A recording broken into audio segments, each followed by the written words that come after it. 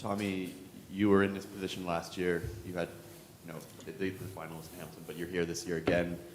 Are there differences that you're noticing in not only the mindset of your players, you've seen them these last 2 weeks, but the way that you're choosing to approach this final, given what you might have learned last year? Lots of differences, right? It could be the same opponent, but it's a different battleground. There'll be different players that weren't there last year. We were in a different position in the league last year. We were the league champions. This year we finished second, so I said they're the best. We have to raise our game now. But what we've done is we've brought the battle back to our place. Anyone else? Scott Strasser, AFTN. I mean, last year's final was so dramatic, right? The way it finished. I asked Tristan Borges this last night if you would want another game like that, or if you would want something cagier. What do you think? Does it matter if it's? I'm sure he'd want another game like that. I'll tell you, what's the XG on that goal? I mean, it's crazy. That'll be on highlight reels for years to come. But I tell you, we can talk about this being a trilogy, the third final, a revenge match. You can talk about all of that. But I tell you what it is it's an ongoing war, right? We'll always be there. They'll always be there. So this is just going to be another chapter of that. And like I said, we've just brought it back to our home environment when we've got the opportunity, having gone to their place and not won there in a playoff game and done that. Now we've got another challenge that we've not done yet, and that's what we're dialed in to do. Tommy, I think for the semifinal, you referred to moving forward to slaying the dragon. How difficult is it to slay a dragon a second time? You've got two heads, isn't it? It's like Hydra. You cut one off to appear, but they're a bloody good team. Like, listen, I think we'll talk about their team for years to come, but it's up to us now. If we want to change a dynasty, someone has to stand in their way. You've had an interesting season, and you've had to play, I would say, fairly high-stakes matches since July. Yeah. Yeah, how does that prepare you for this game? I think that prepares us. That's a great word, because it was a strange one. We've gone from not being in the playoff zone first half of the season, couldn't get wins, but we also weren't losing. So I think we've lost the fewest in league history. I mean, I have to ask KJ that one. He likes his stats, then we went for low goals against. So we found what our superpowers were, got our fit players fit again. And then to have a Golden Boot winner like Toby gives you something extra special. But yeah, every game had to play like that because we knew 3 points was like a final. Every single game, we had to climb that table because we knew if you couldn't get first, second was almost as good, just doesn't have the silverware. Coach, how much confidence does that game 2 weeks ago give you guys, especially the way it was played? Yeah, belief is probably a better word because they believe in the ability to come through tough circumstances. We ran out of time in the final. The tough circumstances happened in second half of extra time, 118 minutes or whatever it is. So you don't have time to respond. Our time to respond was lick our wounds, go again. I think that's what shows a resilient football club we are and the players that we have. And that's what you'll see out there tomorrow. Felipe? Coach, it's been a long time since 2019, the last time that you were to host a game like this. The league has changed a lot, teams have changed, but what is something that you've seen from the fans and from this ground that you know that you can rely on that maybe hasn't changed in that time frame? I tell you, it's honestly, it's a privilege. I tell everybody I'm in the best job in the world being part of a great story that's being told. And this league has grown. You had to see the awards night last night. It felt like we were at the Oscars, and that's credit to the league for the way they presented it. Andy up on the mic, KJ, and all the professionals behind the scene that made it happen. And then you see the fans. Like, it's great to, when we were in Hamilton, we got banter going into the grocery store from some fans that were there. You drive around Calgary, you're seeing the Cavalry stickers or logos getting stopped in the grocery store or at the movie theatre with your family. That didn't happen 6 years ago. We were still who? Calgary, even some of the commentators couldn't say Cavalry. A few of them were in the room. But now we're Cavalry. And it was Calgary Cavaliers and all these kind of crazy things. Now we're getting a name. And that's pretty cool because I think that's brand, isn't it? And the CPL brand is growing, fans. And I say the story all the time. My son was 9 when he walked out on that first game against Jimmy Brennan's York 9. He's now 15 and he was at the awards night and he's seen every single thing. And there's a generation now of kids like his age group that this will be their first football club. Not like Everton is mine because I followed it and grew up in England, and it's his second. This generation now, Ali Musi will be their Messi. Big Toby will be Lewandowski, right? They've seen it live, and I think that's a great story. Since the middle of July, you guys have been chugging along pretty nicely. Is there a specific episode or something that happened at that time that sort of put you guys into another frame of mind to get you to this point? Process. I think, John, you know, you've been a player. It's process, and process is tested when things aren't going your way, right? It's like parenting, and we just had to say, like, we fell down a couple of times. We had to get back on the bike, because you know that when you get back up on the bike, you're going to have some good times ahead. And I think that's what we've done, is we've shown that we've got the ability to endure some tough times and come back. And I think that's what makes them stronger. That's when good things start to happen. And, you know, I think I said when Ali Musi came back, coaching's easy when you've got your good players on the pitch. Just pass them the ball. And I think they make my job easier too. Big difference again from last year is the fact that you do go straight to the final. What do you feel allowed you to do this time around compared to last year where you had to play that extra game? Yeah, interesting, because we had the setback and had to respond. Now Forge is on the reverse of that, had the setback but also responded. I think all it allowed us to do was to heal up, to be honest. At this end of the season, there's some beaten up bodies, so the fact that it's the same opponent allows you, similar principles. You know there'll be certain nuances, but it allowed us to focus on us, and then allowed us to, follow a similar path to what we think will beat Forge. Hey, Tommy, just in the middle tomorrow, it's going to be a lot of talent, pretty jammed up. What do you make of just the duo of Diego and Shamit, and how they've really grown in to just their role as ball circulators in that middle of the park there? Yeah, interesting. I've always liked that double pivot, because I think when you have ball play and ball winners, it allows you to move the pitch and allows your Mavericks to get more time and space. So the fact that I think both of them are press resistance, I'll also add Charlie Trafford in there, where they're very tough to get the ball off. So it allows the ball players that are coming out the back to use them as your first point, and then it creates openings beyond that. But the other side to it is they're not afraid to run. They run, they cover 13, 14K a game, so it allows others to have opportunities. So they're very selfless in their play, and probably why you don't really hear or see them maybe up for the awards. But, I call Shamit Shom, he's a chameleon, because he adapted to different positions for us this season. He was an inverted fullback, he was an inverted winger, he was a central midfielder. He'll do whatever it takes to help the team. Tommy, the way Forge approached the game against Ottawa last weekend wasn't typical Forge, I don't think. What are you expecting from them tomorrow? Yeah, something similar. And I think they've shown that you don't have to be the best team in the final. You just need to win. And I think we're prepared for anything. They dominated the ball more so against us, but we had the position. And I think they can be prepared to do both. So we've got to be adaptable to if they want to sit back and absorb and hit on the counter, which they're very good at, or they want to have the ball and get their cycles and rotations. They're very good at that too. So I think what you'll always see in games between Cavalry and Forge is a chess match that will go back and forth. You'll see a change of formations. You'll see different subs coming in. And I think it's certainly been an enjoyable journey. I know we've played each other over 30-odd times. Love these games because they stretch you, test you.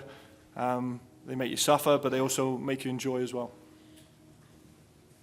You touched on it a little bit before. What do you think kind of championship on Saturday would do for the Cavalry's presence in the city? Yeah, I think Calgary's been looking for a champion for a while now. So, I think we felt that last year when we won the league because, like I said, I'm still a purist, and I think, the best team over regular season is the champion, and then this one is the playoff. Is another superb trophy to win. But to win the final game of the season is something we haven't done. So our eyes are on the prize. It's not a bonus.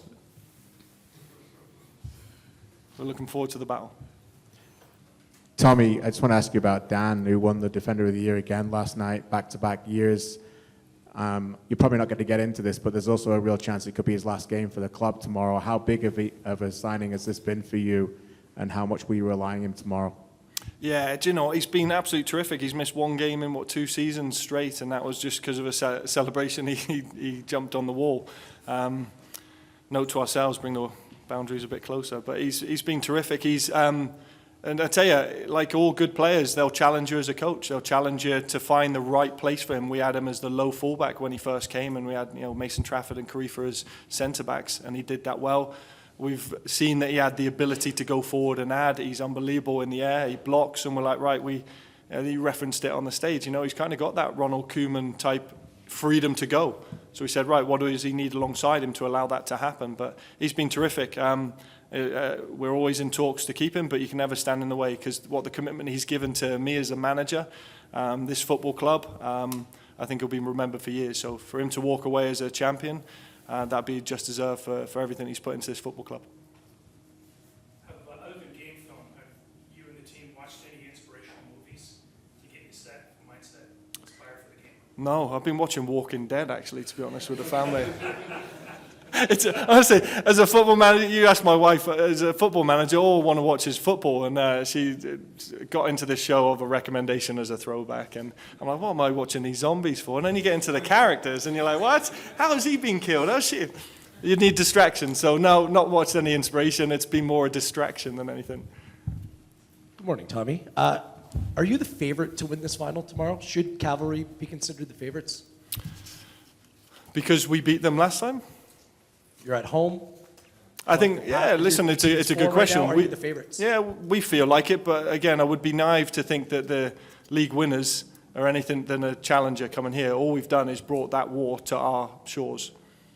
On that note, I mean, you outplayed Forge in last year's final, and they took it away from you in a devastating way.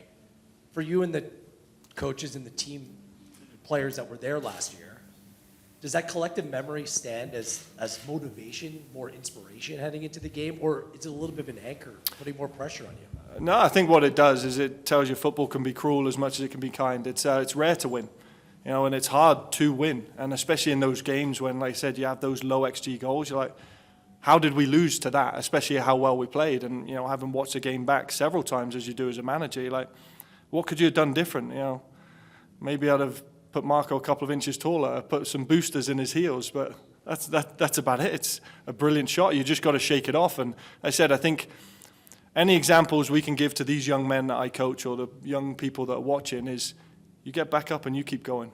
Because I think that's what we had to do at the back end of COVID, and I think sports are a great teacher of that. So those that have had it, we've kind of stumbled across that Natasha Bedingfield unwritten song, because it is pens in our hand, right?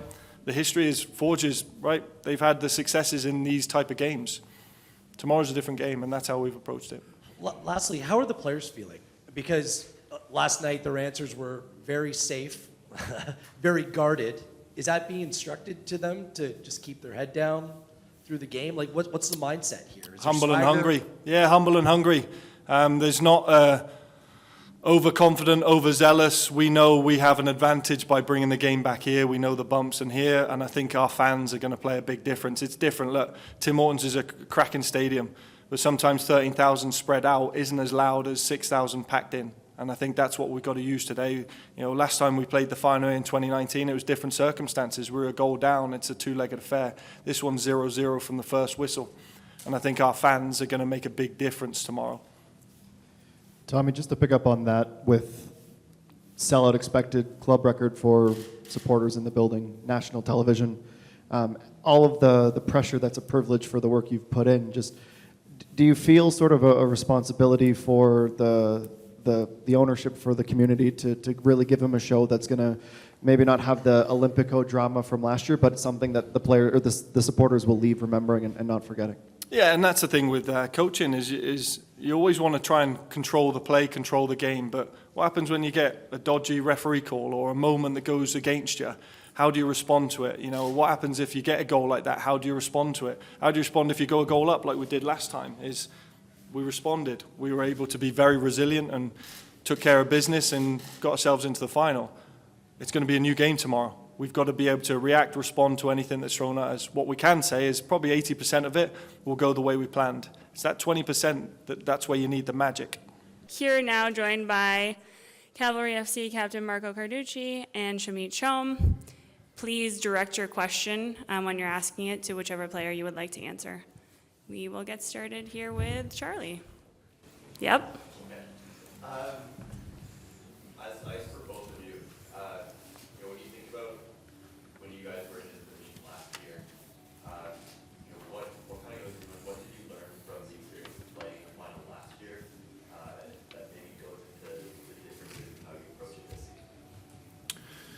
I think I'll start, I guess. I think all that the experience is important, right? I think, for us, this is now our third CPL final that we're in, and for me personally, I've been here for everyone. So you learn from each of those experiences, which is great.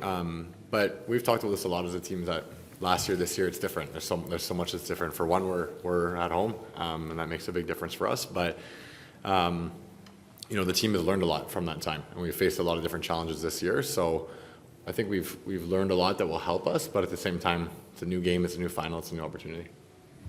Yeah, I'll just reiterate what Marco said. I think new team, but we're excited to be in this moment and we're ready to embrace it. And I think we bet on ourselves to go in and put in a good performance. Are there things in the way that last year's final went that you may think, oh, if you go a goal up, you need to go as a goal memory what happened last year? Yeah, I think so. But I wouldn't say we're really focused on the past. We're more focused on the present. But I mean, we know that details are important, and details are what makes playoff football so special, right? Set plays, and just knowing little tactical nuances and how that can affect the game. And with the extra week of preparation we've had, we made sure we focused on those things. And so we're as prepared as we can be going into this final. Go ahead. Obviously, it's going to be a different game, but how much confidence does it give you guys going in, knowing you have already beat them for the first time at the playoff game, not just believing that, but knowing you guys can now do that? Yeah, it was really big.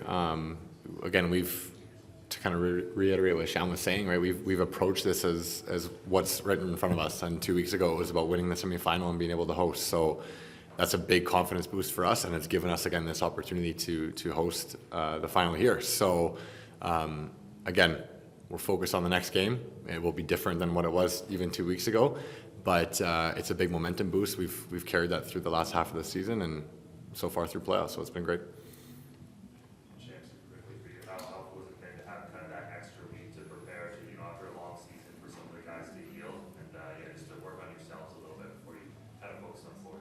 Yeah, I think so. I mean, we've had a long season, obviously, going back to CONCACAF, so I think it was good for, the guys that needed to get a little break. Obviously, by the time you reach playoffs, everybody's feeling something and feeling a little knock here and there.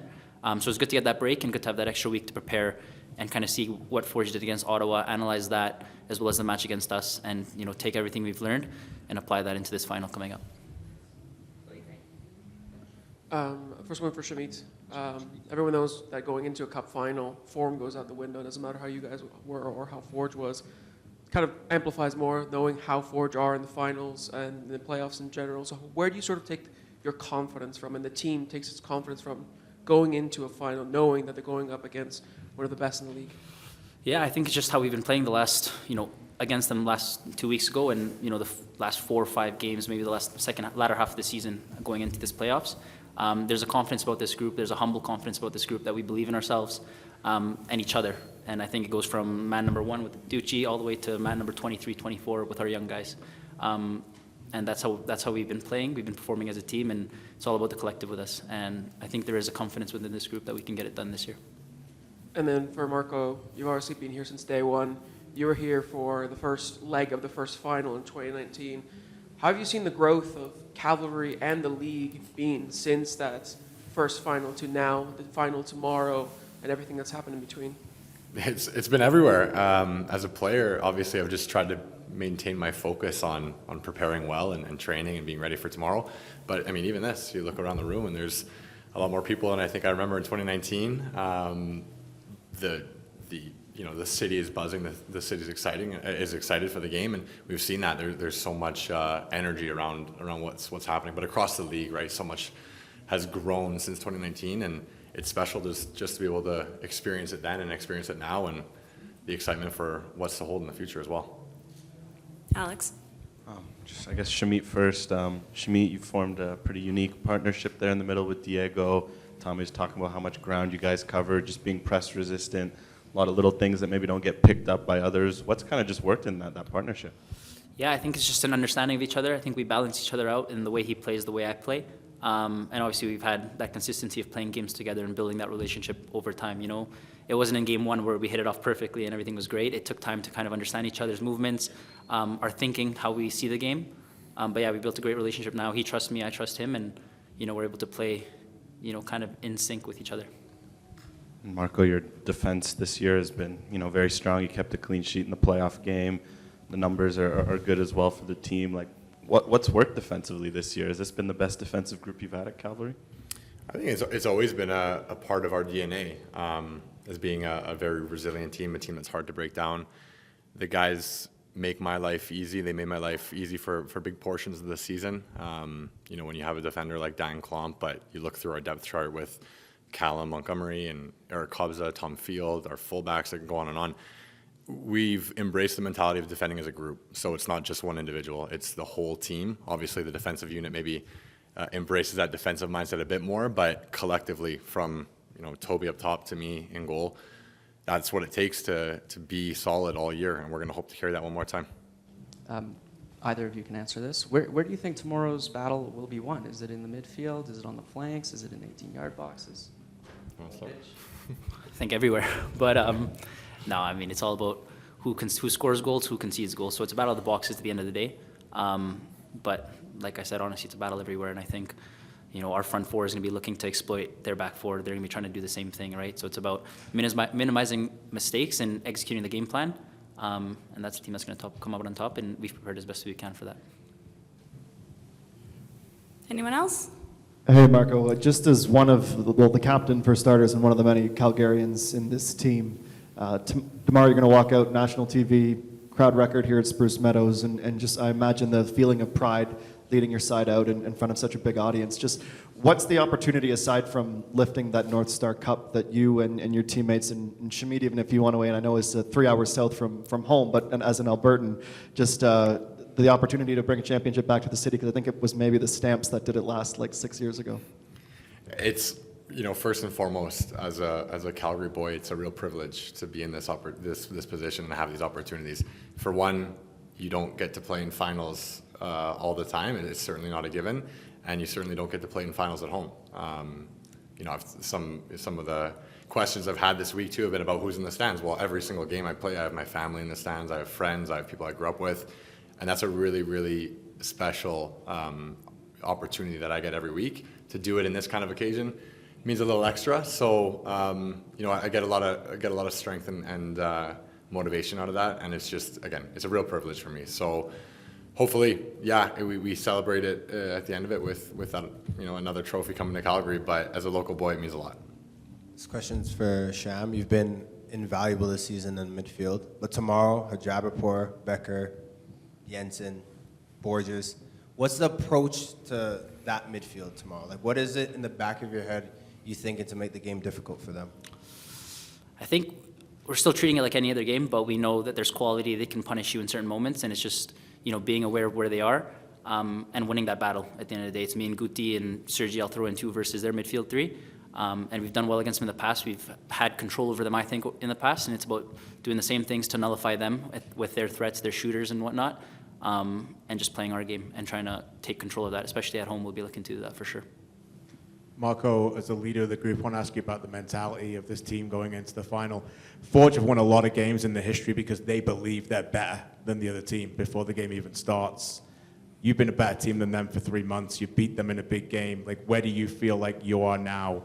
And how will that help you tomorrow, even if you go down a goal or in adversity? I think that one of the superpowers of this team has been the belief in each other. And we've found, I think, almost like just an enjoyment, right? It's really light around the group. We know we're competing for a trophy that we haven't won yet, and obviously in that moment there will be pressure. But that ability to believe in each other, to enjoy these moments, I think that's what's gotten us to where we are, because we faced a lot of adversity early in the year. I think it was 15 weeks in, we weren't even in the playoff picture, and people were asking a lot of questions about us, and here we are. So we've embraced that mentality, and tomorrow, kind of like what Sham had just said, it's another opportunity to play in a game. We'll be prepared for it.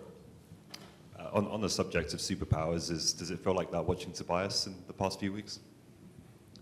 I'd say so. I mean, I helped him last week, I guess, but no, he's been phenomenal for us, and he is a guy who rides that momentum so well. He brings so much to this team, and even beyond the goals he's scored, he's such a key part of the way we want to play, and he does a lot of work off the ball as well to help us. So, yeah, we'll hopefully see another Super Toby tomorrow. playing a final at home is a privilege, but it also comes with the possibility of some distractions. Have you guys been able to keep it sound around the group with limiting the distractions? I think so. Right now, we're just kind of focused on what's in front of us and what we have to do and the goal we have. I think there's more of an excitement about playing at home and with all the fans that are coming, and it's exciting for the city and exciting for us. And hopefully we can ride that wave and use that momentum for them to be our 12th man and kind of keep us pushing and carrying that momentum in the match.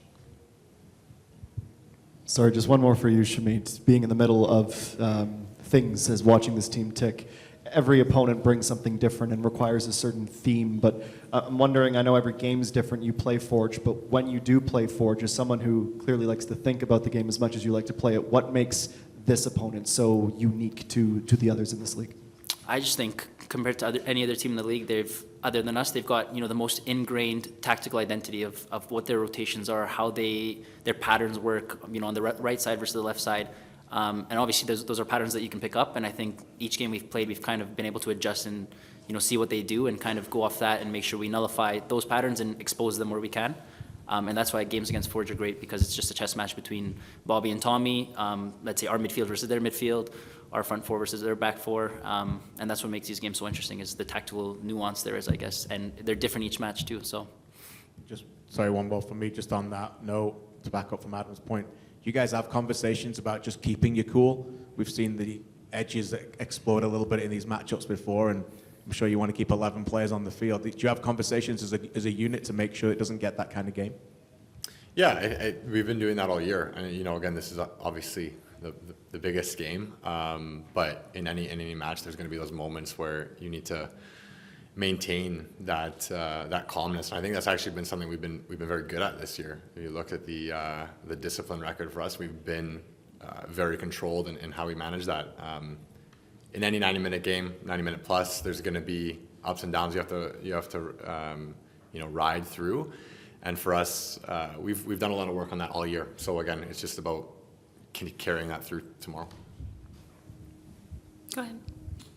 2019 and this year, home game at the final match, what's the difference between now and then in terms of grass quality, and what kudos and comment you would give back to Spruce Meadows to ensure that this progression has become a competitive advantage for Cavalry FC, not on artificial turf? Yeah, I guess the one who's played then, the first thing I would say is we're playing football in November in Canada, and it's never going to be perfect, but hopefully the weather holds up as it has the last couple of days. The team here at Spruce Meadows, the ownership, all of the staff, I think you see it everywhere. How much things have progressed since 2019 has been incredible. And that just goes to show that mentality that is about excellence here. And I think as players, the conditions are the conditions. We'll deal with it however we have to, but things have grown and improved so much, and that's credit to the whole Spruce Meadows team, our ownership team, all of our staff, everyone involved in the back end makes everything improve as players, and we just get to enjoy it.